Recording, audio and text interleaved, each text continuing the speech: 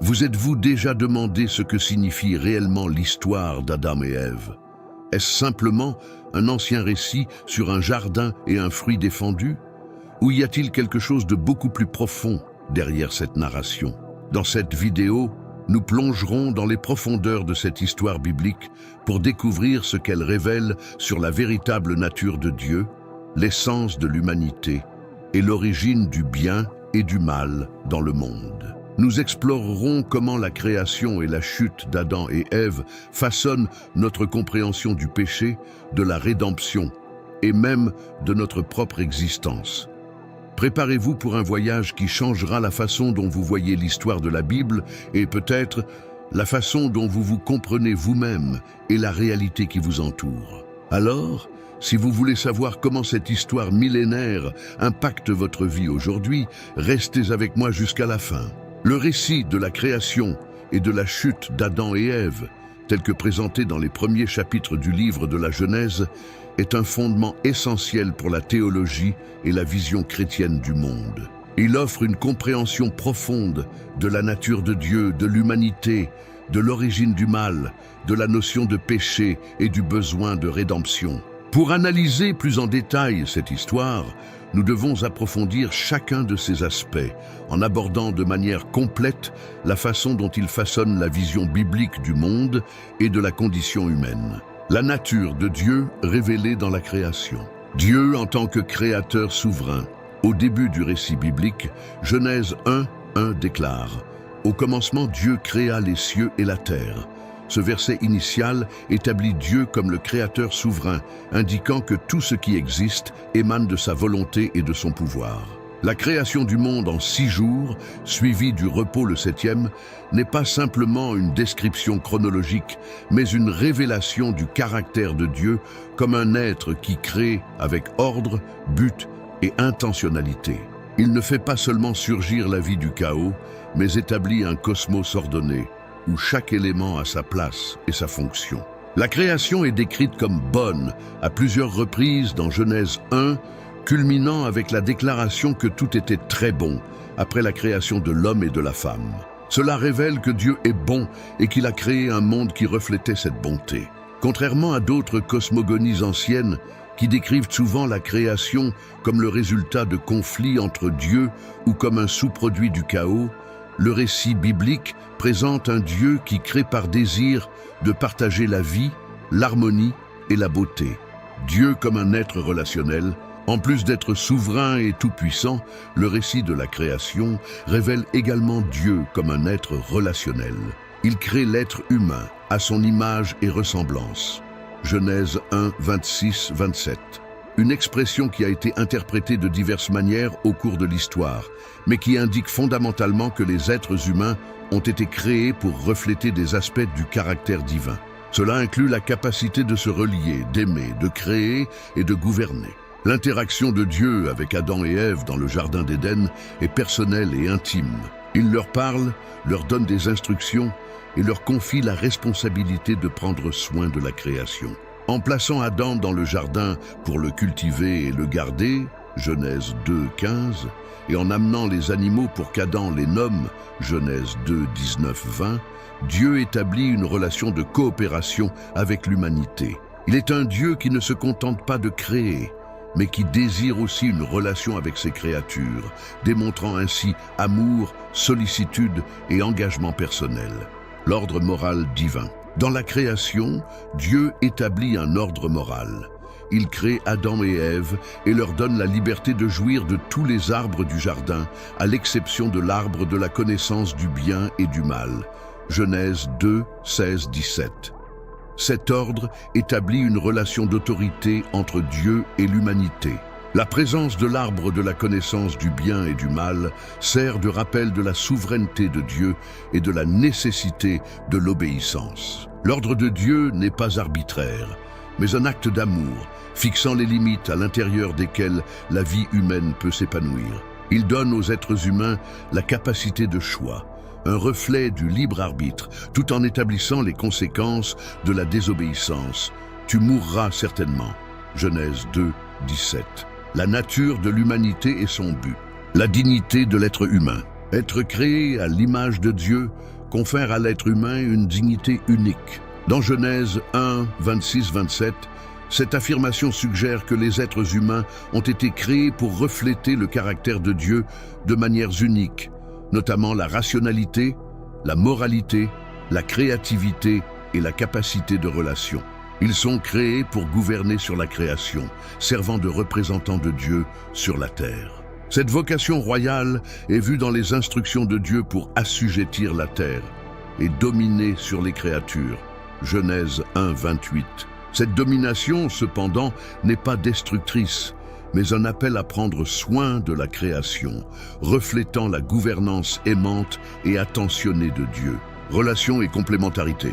La création de la femme à partir de l'homme, Genèse 2, 21-23, met également en lumière l'aspect relationnel de la nature humaine. Adam est incomplet sans une aide qui lui soit semblable, Genèse 2, 18.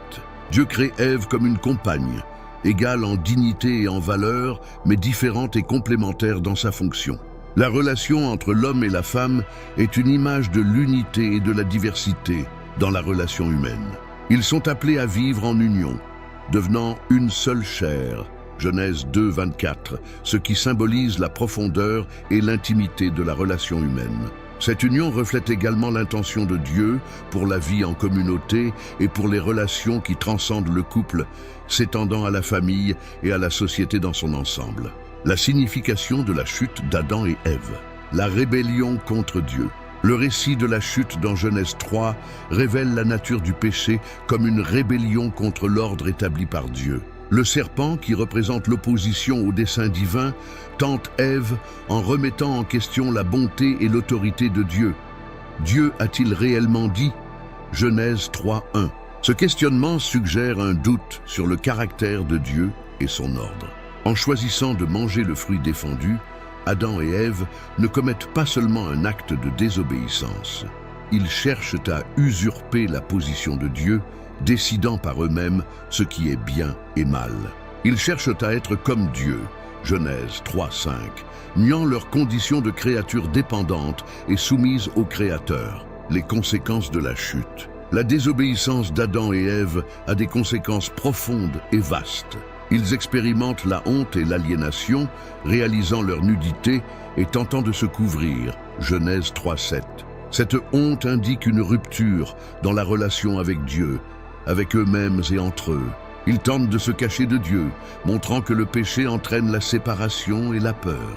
Lorsqu'ils sont confrontés par Dieu, ils se livrent à un jeu de reproches. Adam blâmant Ève et Ève blâmant le serpent, Genèse 3, 12, 13. Cet acte de transfert de culpabilité démontre comment le péché a rompu les relations harmonieuses que Dieu avait établies. Les malédictions prononcées par Dieu dans Genèse 3, 14, 19 révèlent l'étendue de la corruption causée par le péché. La création, qui devait être un environnement de bénédiction, devient désormais un lieu de conflit et de douleur. Le serpent est maudit, et la relation entre lui et l'humanité devient une inimitié continue. Pour la femme, la douleur dans la maternité et la tension dans la relation avec son mari sont des conséquences directes de la chute. Pour l'homme, la terre, qui était auparavant une source de provisions abondantes, produira désormais des épines et des chardons. Genèse 3, 18, rendant le travail ardu et frustrant.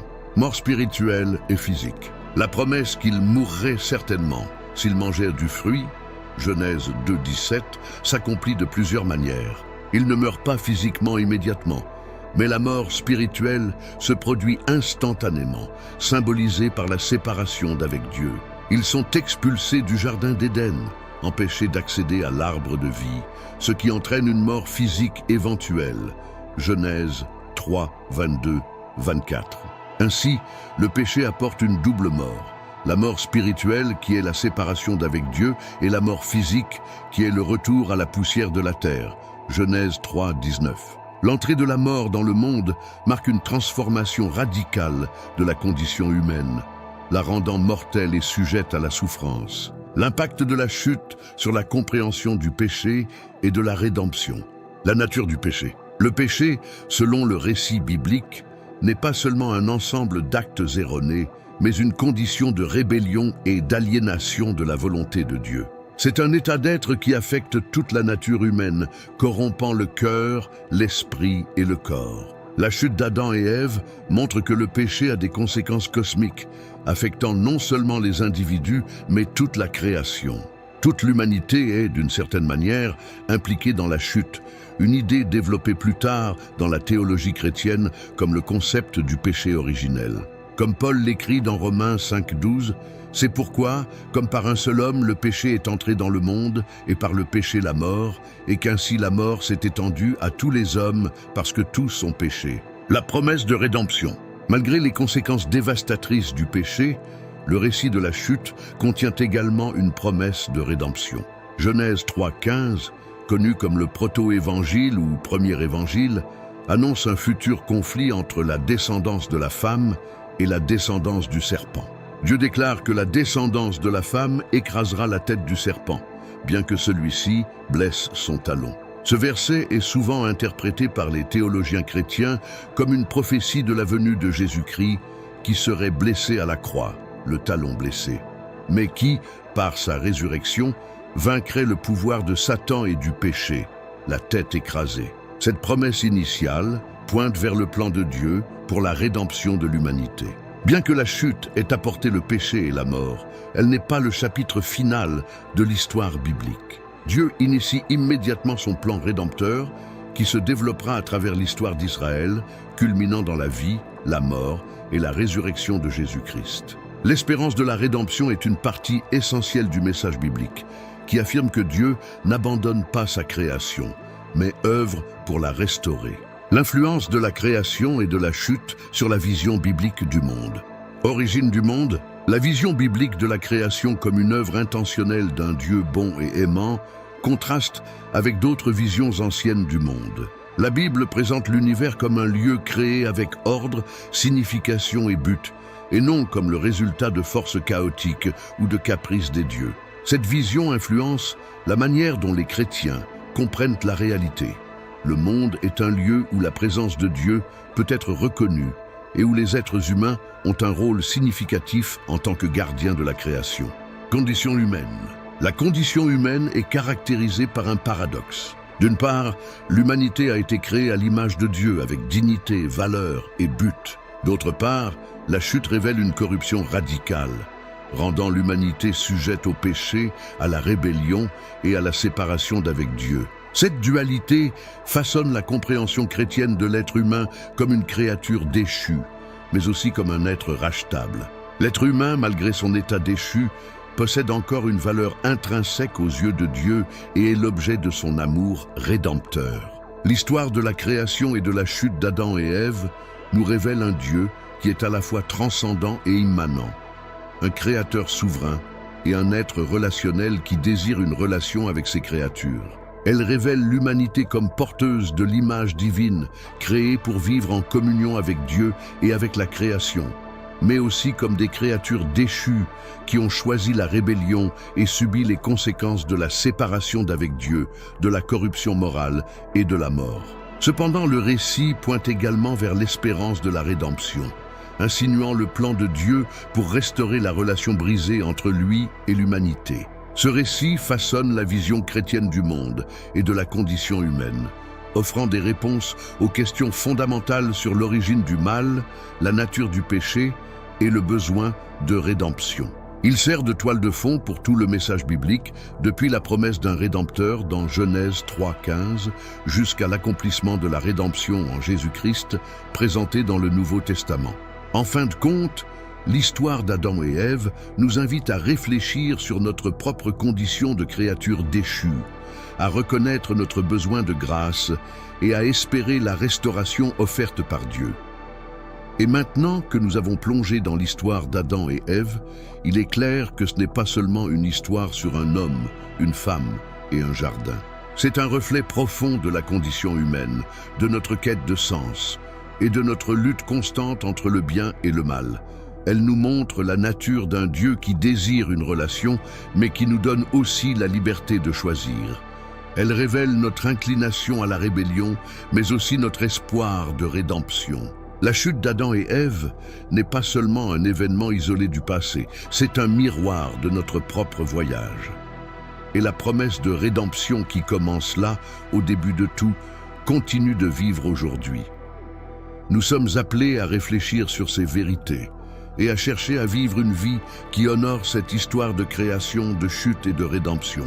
Alors, si cette réflexion vous a touché d'une manière ou d'une autre, laissez votre commentaire ci-dessous. J'aimerais savoir ce que vous pensez de ce sujet si complexe et fascinant. Et si vous pensez que cette vidéo peut aider quelqu'un à mieux comprendre ces questions, partagez-la avec vos amis et votre famille.